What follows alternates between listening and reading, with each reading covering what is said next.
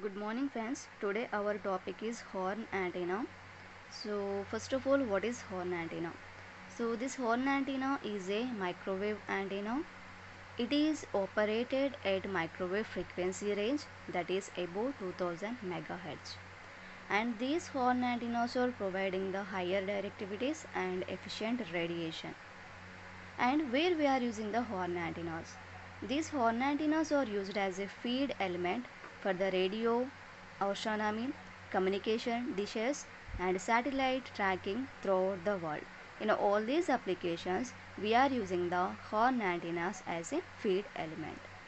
And now how we are designing the horn antennas. For designing the horn antennas, here we have to considering the waveguide. See here, this one is the horn antenna diagram. This one is the structure of the horn antenna. For designing the horn antenna, here we have to considering the waveguide and here flaring the waveguide walls at the one end.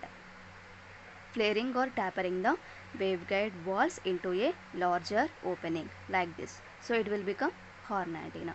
Means the one end of the waveguide is excited by the feed and other end is open. This open end radiating the electromagnetic energy into the free space. Like this we are designing the horn antennas. And other end, one end of the horn antenna is opened now, so it is having the larger area or larger aperture. That's why these horn antennas are also called aperture antennas. Okay, why we are flaring or tapering the waveguide walls? First of all, what is waveguide? Okay, the waveguide will be like this. So this one is the waveguide.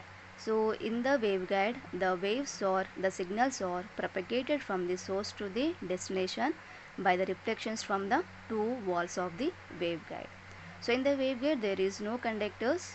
Through the air only, the signals can be propagated from the source to the destination. Okay, for designing the horn antennas, here we have to tapering the waveguide walls. Why we are tapering? Why we are not using as it is? Means generally the waveguides are the open structure.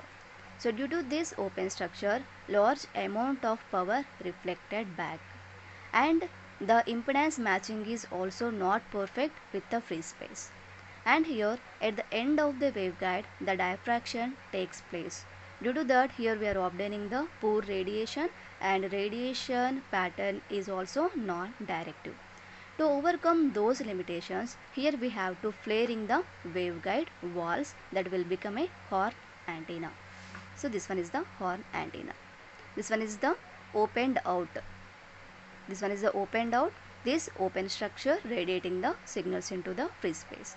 So this end is excited by the feed. And here types of horn antennas. Already we know horn antenna is nothing but a flared out, opened out waveguide. Now what is the main function of the horn antenna? Okay, these horn antennas are produces a uniform phase front and produces higher directivities.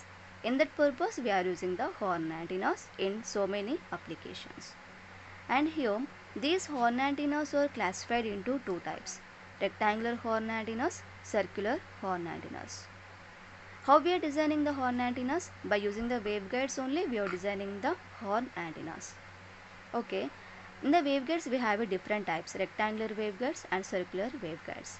Here the rectangular horn antennas fed with rectangular waveguides, the circular horn antennas are fed with circular waveguides. The circular waveguides will be like this. The rectangular waveguides will be like this. Okay, so rectangular horn antennas fed with rectangular waveguides, circular horn antennas fed with circular waveguides. And here, depending upon the direction of the flaring, the rectangular horn antennas again classified into two types: sectoral horn, pyramidal horn. So what is depending upon the direction of flaring here? Means the flaring can be done in the only one direction, either in electric field direction or in magnetic field direction. Depending on that direction of the flaring, the rectangular horn antennas again two types: sectoral horn, pyramidal horn. And first coming to the sectoral horn. In this sectoral horn, the flaring is done in the one direction only. either electric field direction or in magnetic field direction. Okay, this sectoral horn again divided into two types, E-plane sectoral horn, H-plane sectoral horn. Coming to the E-plane sectoral horn, the E-plane sectoral horn obtained flaring is done in the direction of electric field vector. Okay, direction of electric field vector. And coming to the H-plane sectoral horn, in the H-plane sectoral horn, the flaring is done in the direction of magnetic field vector. In the direction of magnetic field vector. Here, the electric field lines are existing like this, the magnetic field will be existing like this. Why? Because the electric field and magnetic field both are perpendicular to each other. Here, the flaring is done that is parallel to the magnetic field vector here in the H-plane sectoral horn. So, coming to the E-plane sectoral horn, that is parallel to the flaring is parallel to the electric field vector only. So, like this, in these two E-plane sectoral horn, H-plane sectoral horn, the flaring is done along the waveguide wall, along the single waveguide wall of the rectangular waveguide in one direction. Okay, in one direction.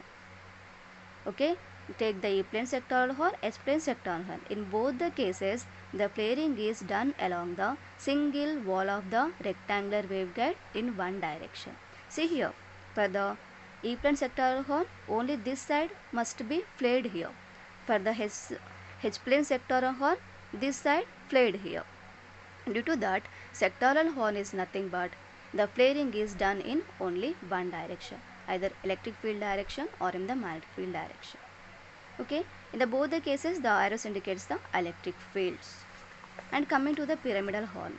So, in this pyramidal horn, here the flaring is done along the both the walls of the rectangular waveguide in the electric field direction and in the magnetic field direction. Means the pyramidal horn is a combination of electric field sectoral horn and the magnetic field sectoral horn. The flaring is done this side and done this side in the pyramidal horn. It is supporting the E-plane sectoral horn and H-plane sectoral horn. Means it is a combination of E and H-plane sectoral horns. And it is a mostly widely used electromagnetic horn. And coming to the circular horns. So, circular horns are fed with a circular waveguide. How the circular horns are obtained? So, for obtaining the circular horns, here the flaring the walls of the circular waveguide. Flaring or tapering. Remember it, flaring or tapering means opened out like this. Okay, for obtaining the circular horns, here flaring the walls of the circular waveguide. The circular horns are two types, conical horn antenna, biconical horn antenna. Here this one is circular waveguide. This circular waveguide flaring like this, it will become a conical horn, and this one is the biconical horn. And next we are seeing the exponential tapered horns. Okay, this one is the exponential tapered pyramidal horn. This one is the exponential tapered conical horn. Means here the flaring is in the form of exponential here between the throat and aperture. The flaring is in the form of exponential. Why we are doing the exponential flaring here? To minimizing the reflections of the waveguides, to minimizing the reflections of the guided waves, here we have to do the exponential flaring of the waveguide walls. This is about horn antenna. So, we will see next topic in the next class.